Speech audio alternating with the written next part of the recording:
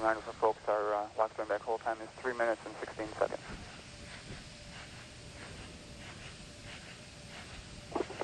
NTD CTLS on 212, we're ready to go. All right, very good.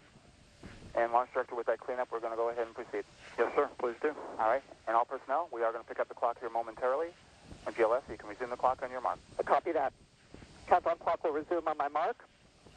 3, 2, 1, mark. E-minus. Go for auto sequence start. Handoff to Atlantis' computers has occurred. Solid rocket booster nozzle steering check and work. 20.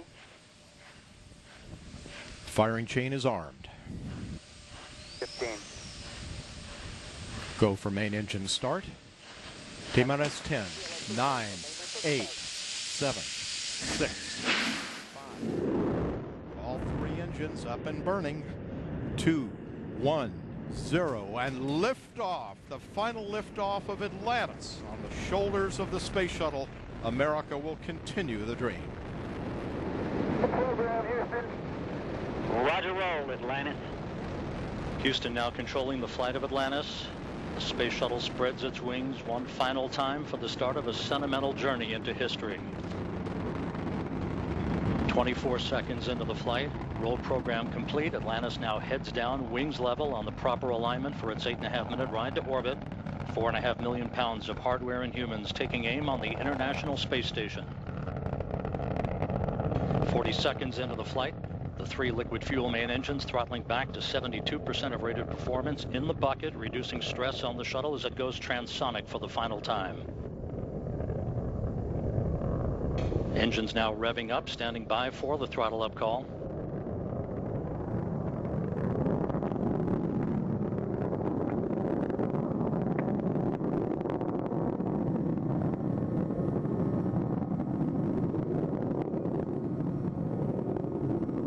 Atlantis, go at throttle up, no action, DPDT. Go with throttle up, no action on DPDT. That call from Capcom Barry Wilmore, a transducer, instrumentation only, no action required.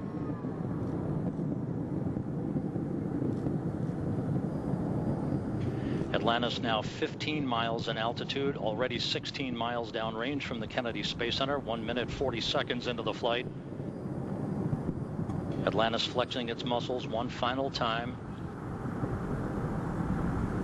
Atlantis traveling almost 2,600 miles an hour, 21 miles in altitude, 24 miles downrange, standing by for solid rocket booster separation.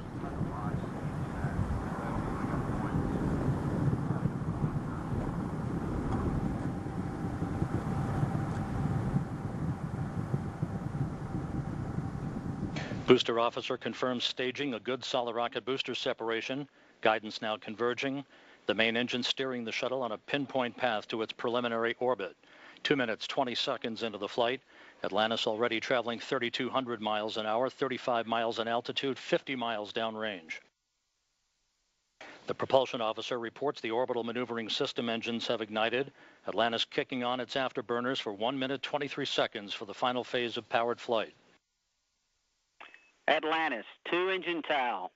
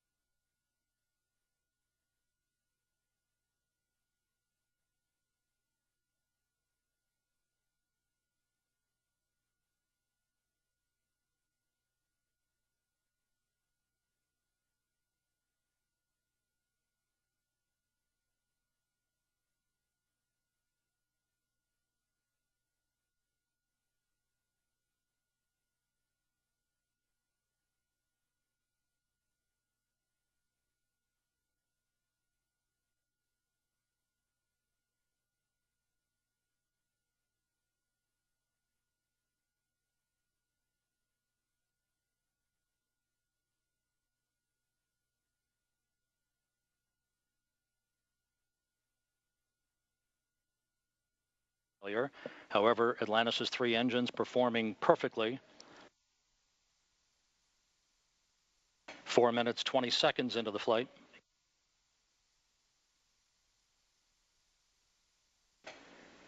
Atlantis currently traveling 5,500 miles an hour, 62 miles in altitude, almost 200 miles downrange. 4 minutes of powered flight remaining.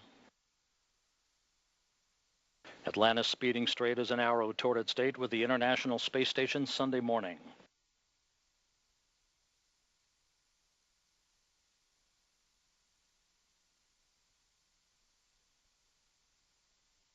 Coming up on the 5-minute mark. Atlantis now traveling 6,500 miles an hour, 66 miles in altitude, 250 miles downrange. Atlantis, press to ATO. Press to ATO. That call indicating we can make minimal orbital targets in the event of an engine failure. All 3 engines continue to function normally. Atlantis will begin its slow roll to a heads-up position shortly.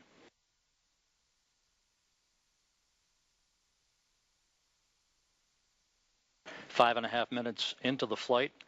Atlantis traveling 7,700 miles an hour, 315 miles downrange.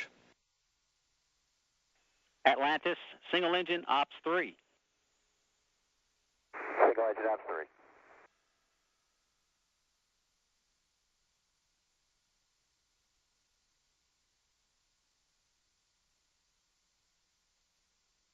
And the guidance officer here in Mission Control confirms that the computers are commanding the main engines to swivel. Engine Zaragoza, 104.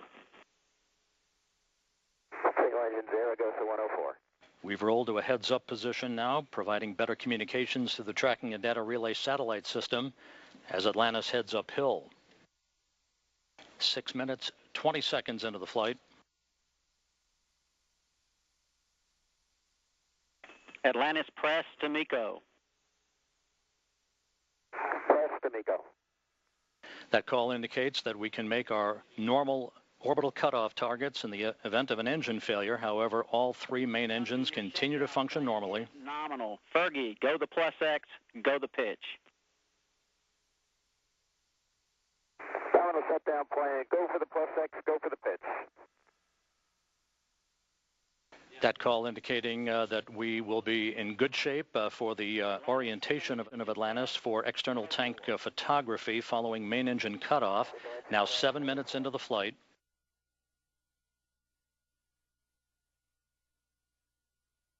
One minute, 20 seconds till main engine cutoff. Atlantis traveling 12,000 miles an hour.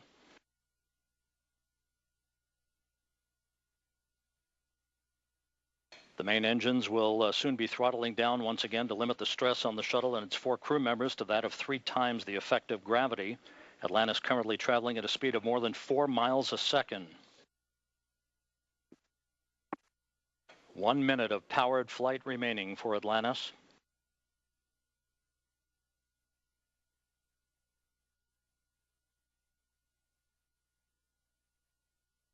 Three good main engines, 3 good auxiliary power units, 3 good fuel cells. Approaching the 8-minute mark into the flight. Atlantis now traveling more than 15,000 miles an hour.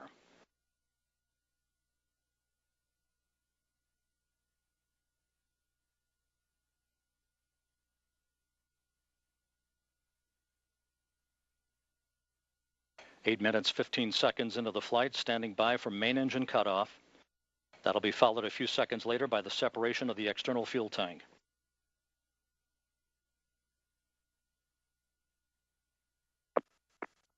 Booster officer confirms main engine cutoff. For the last time, the space shuttle's main engines have fallen silent as the shuttle slips into the final chapter of a storied 30-year adventure. Now standing by for external tank separation.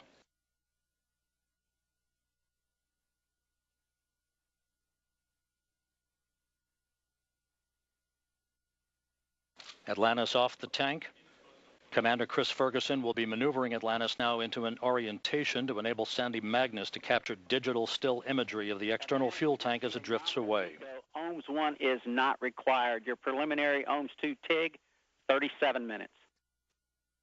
37 minutes. No ohms 1 required. Thanks.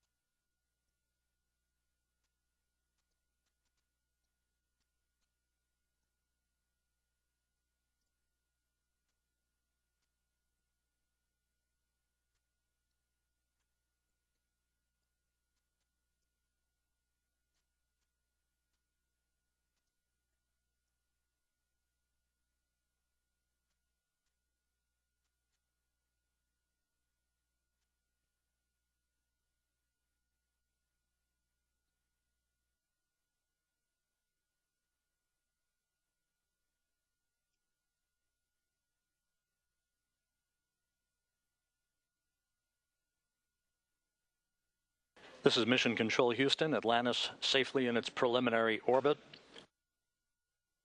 Following a flawless launch from the Kennedy Space Center, albeit about 2.5 minutes late at 10:29 a.m. Central Time. The launch slightly delayed while engineers at the Kennedy Space Center confirmed the complete retraction of the gaseous vent arm at the launch pad.